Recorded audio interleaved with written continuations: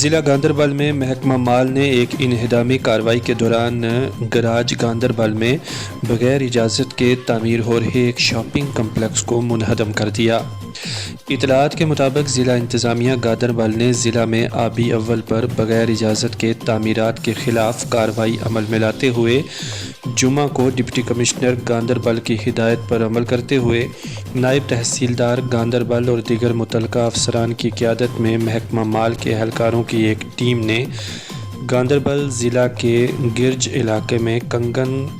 گاندربل مین شاہراہ سے متصل آبی اول پر بغیر اجازت کے تعمیر ہو رہے ایک بڑے شاپنگ کمپلیکس کے خلاف انہدامی کارروائی کرتے ہوئے کمپلیکس کو جزوی طور پر منہدم کر دیا۔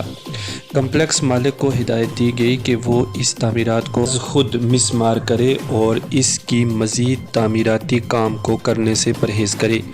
واضح رہے کہ پچھلے کچھ وقت سے ضلع کے درجنوں علاقوں میں آبی اول پر تعمیرات کھڑے کرنے کا سلسلہ فروغ پا رہا ہے، جس کو روکنے کی ضرورت ہے۔ در اثنا ضلع انتظامیہ گاندربل اپنے اس عزم کو دہراتے ہوئے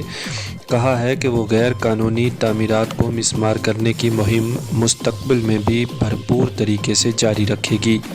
انہوں نے لوگوں کو بھی خبردار کیا ہے کہ وہ کوئی بھی تعمیرات کھڑا کرنے سے پہلے انتظامیہ سے اجازت حاصل کریں۔ گاندربل سے لازوال نیوز کے لیے مختار احمد۔